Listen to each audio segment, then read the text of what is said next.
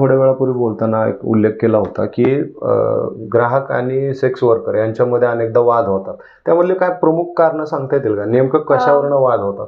आता या भागामध्ये असा काही भाग आहे त्याची मी नावं नाही घेऊ शकत, पण त्या ठिकाणच्या तक्रारी मोठ्या प्रमाणावरती आहे. म्हणजे चौकीत पण त्याच्या तक्रारी मोठ्या प्रमाणावरती आहे की त्या भागातल्या महिला आतमध्ये घेऊन जातात, रेट सांगतात आणि त्याला बसवत नाही. तर मग त्यांच्यामध्ये मग त्यांचं ते पूर्ण खिशा रिकामा करणं किंवा सोन्याच्या साखळीची चैन असणे ते काढून घेणं. मग आता ग्राहक खरा बोलतोय का ती बाई खरी बोलते ह्याच्यात खूप मोठा म्हणजे नाही का ट्विस्ट आहे.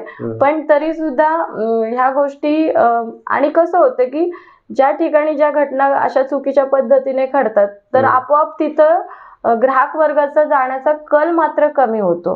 कारण की ह्या गोष्टींची तोंडी जाहिरात कुठं ना कुठं स्प्रेड होत असते की बाबा ह्या गल्लीत गेलात तर असं असं होऊ शकतं, तुम्ही ह्या गल्लीत जाऊ नका म्हणून.